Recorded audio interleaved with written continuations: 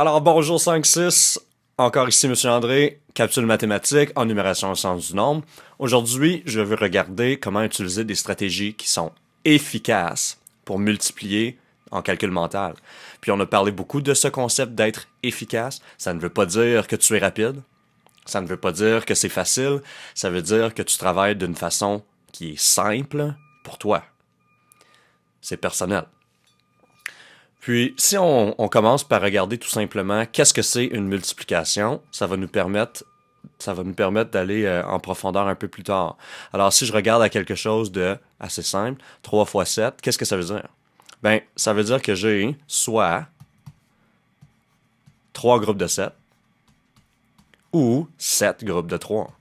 Puis, quand on regarde à pourquoi est-ce qu'on l'écrit d'une forme de multiplication, bien, tu peux voir que c'est long à écrire le chiffre 3, 7 fois. Je suis même pas certain que je l'ai eu, oui. Mais c'est beaucoup plus, beaucoup plus élégant de l'écrire de cette façon. Toutefois, ce que j'ai ici, c'est une bonne représentation de qu'est-ce que c'est 3 fois 7. 3 groupes de 7 ou bien 7 groupes de 3. Puis, ça peut me permettre de le voir facilement parce que je suis capable de compter par bon. 7, 14, 21, ou bien 3, 6, 9, 12, 15, 18, 21. C'est comme les tables de multiplication, c'est comme connaître mes multiples. Alors, quand j'ai une multiplication comme ça, je peux toujours me souvenir que je travaille par des groupes d'addition. Okay?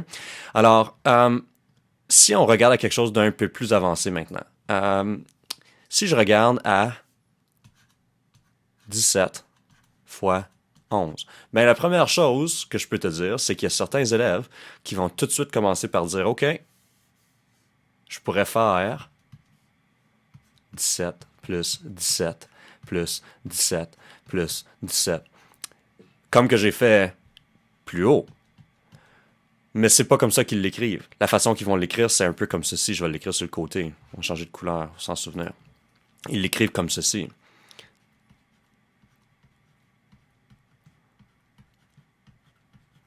Ils l'écrivent 11 fois, puis à la fin, ils font addition, et ils le mettent comme ça. C'est vrai que ça peut fonctionner. Mais la plupart du temps, ces élèves-là vont aller chercher une calculatrice, puis vont faire l'addition sur la calculatrice, inscrire la réponse, et prétendre qu'ils comprennent. Malheureusement, ça ne t'aide pas lorsque ça devient un peu plus complexe. Réellement, ce que je devrais être en train de faire, c'est de dire comment est-ce que je peux imaginer 17 fois 11 d'une différente façon.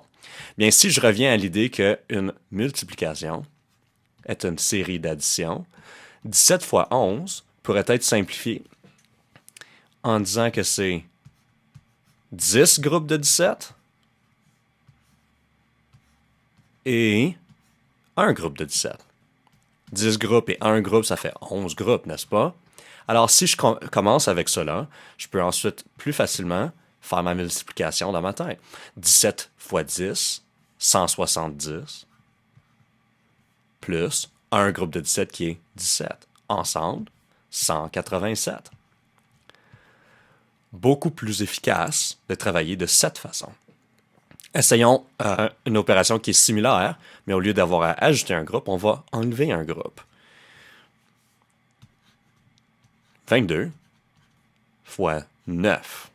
Alors, si je commence avec 22 fois 9, bien, c'est difficile. Je ne connais pas mes multiples de 22 et je n'ai pas mémorisé mes tables de 9 jusqu'à 22 groupes de 9. Mais je sais que je pourrais faire peut-être quelque chose de plus efficace. Qu'est-ce qui arrive si je fais 22 fois 10? Et ensuite, au lieu d'avoir 10 groupes de 22, puisque j'en veux seulement 9, j'enlèverais un groupe de 22. Bien, 22 fois 10 est égal à 220. Et puis, si j'enlève un groupe de 22, qui est 22, 220 moins 22, ça me prend quelques secondes pour y penser, mais je peux arriver à 198. Beaucoup plus efficace que de le faire d'une méthode plus traditionnelle. OK. En parlant de méthode plus traditionnelle, on va regarder pour voir qu'est-ce qu'un élève ferait dans ce cas-ci. Qu'est-ce qu'un élève ferait s'il utiliserait une méthode qu'on enseigne, puis qu'on ne comprend pas toujours? Retournons avec notre 17 fois 11. Qu'est-ce que c'est 17 fois 11? 17 fois 11. Bien, plusieurs élèves peuvent faire cette méthode-ci, mais sans trop bien la comprendre. Ils vont commencer pour dire, OK, je vais faire 1 fois 7. Puis dans ce cas-là, c'est vrai. Ce lait, c'est 1 fois 7. Mais ensuite, ils vont faire 1 fois 1, mais ça, c'est pas vrai. C'est pas vraiment 1 fois 1 qu'on fait, c'est 1 fois 10.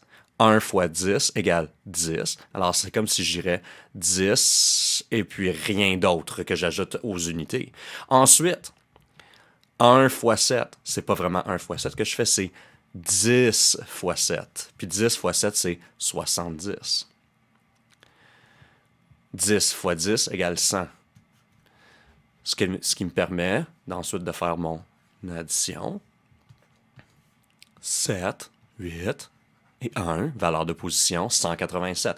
J'ai la même réponse, j'ai la même valeur que j'ai eue dans mon calcul précédent, mais ceci se fait très bien avec une feuille. Dans sa tête, à moins que tu aies beaucoup de pratique, ce n'est pas quelque chose qui est très efficace. Passons au prochain exemple pour voir si on peut avoir d'autres stratégies. Prochain exemple, on va garder notre 22, mais cette fois, on va faire fois 7. Tantôt, on avait fait 22 fois 9, puis c'était facile de passer à 22 fois 10. Maintenant, on est un peu plus loin du 10. Qu'est-ce qu'on pourrait faire dans ce cas-là? Bien, au lieu de séparer le 7, qu'est-ce qui arrive si je sépare le 22? Ça me donnerait 20 fois 7. Et ensuite, j'ajouterais 2 fois 7. Au lieu de 22 fois 7, j'ai 20 et 2. Ce qui me donne 20 fois 7, 140.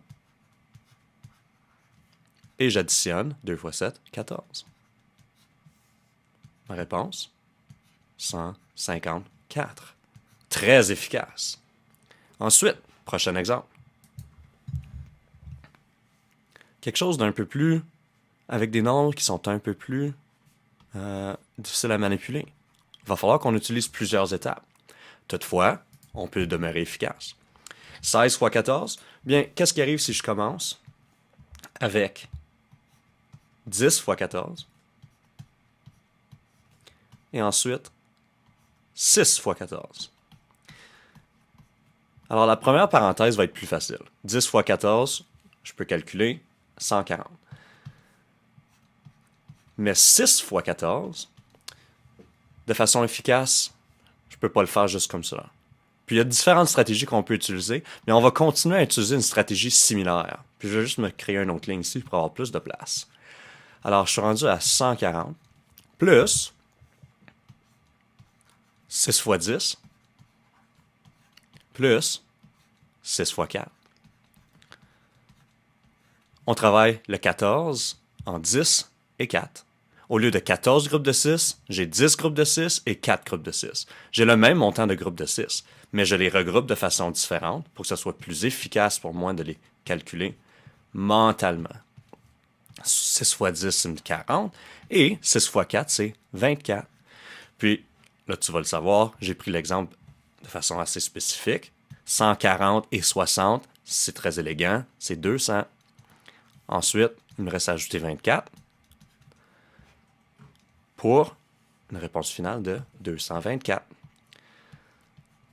Alors, lorsque tu regardes une multiplication, lorsque tu travailles avec des chiffres qui sont difficiles à manipuler dans ta tête de la façon qu'ils sont présentés au départ, je t'encourage de continuer, de toujours essayer de trouver des façons d'être efficace, de regrouper les différents multiples, de regrouper tes nombres d'une façon que tu peux facilement les manipuler et facilement, pas seulement facilement, mais simplement effectuer la multiplication.